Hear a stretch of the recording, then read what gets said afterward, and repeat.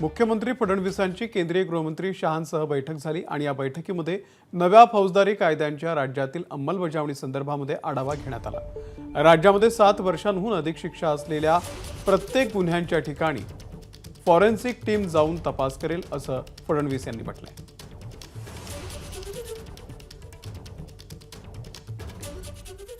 महाराष्ट्रामध्ये तिन्ही कायद्यांची अंमलबजावणी चांगल्या प्रकारे सुरू केलेली आहे।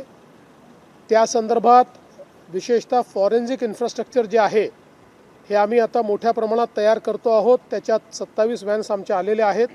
पुढच्या 6 महिन्यामध्ये हे कंप्लीट आमचं फॉरेन्सिक नेटवर्क तयार होईल आणि मग 7 वर्षापेक्षा अधिक ज्याच्यामध्ये सजा आहे अशा प्रत्येक स्पॉटवर फॉरेन्सिक व्हॅन्स जाऊन आणि तिथेच सगळ्या प्रकारची साक्षीचं कलेक्शन हे करण्याची योजना आम्ही तयार केलेली आहे।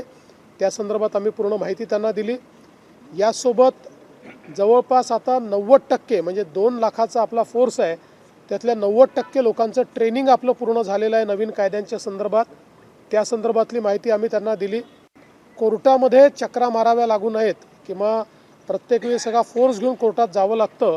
नवीन कायद्याने जेल असेल किंवा फॉरेन्सिक डिपार्टमेंट असेल किंवा इतर अशा प्रकारच्या पब्लिक इन्स्टिट्यूशन्स असतील, इथे साक्षीचे क्युबिकल्स तयार करून ते ऑनलाईन जोडून नोटिफाय करण्याची एक सोय करून दिलेली आहे।